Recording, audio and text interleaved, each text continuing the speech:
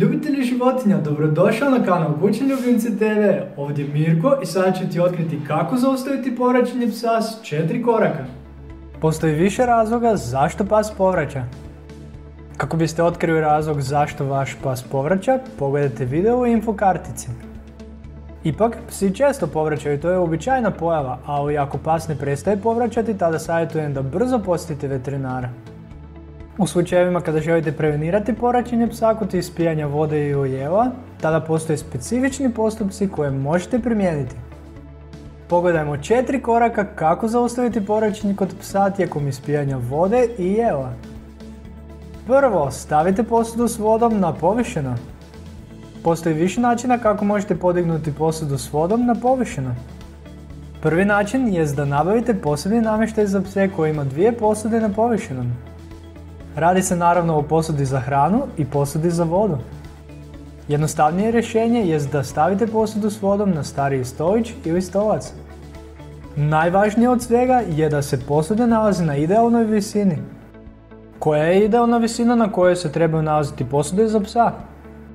Idealna visina na kojoj se trebaju nalaziti posude je visina malo iznad ramena psa. Drugo, zadržite psa u stojećem položaju.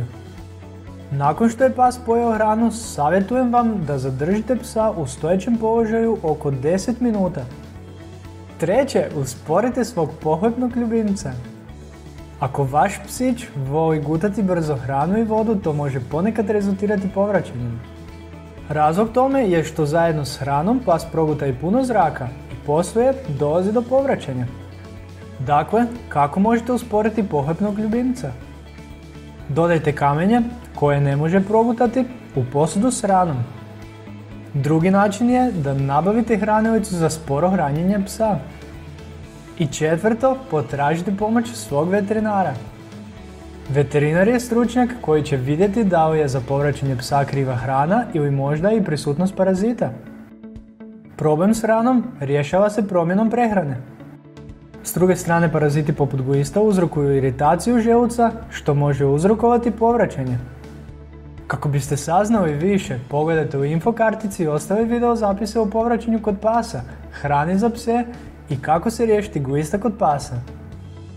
Također, pogledajte članak koji sam izradio za vas s detaljnim uputama što napraviti kada pas povraća. Link je u opisu videa.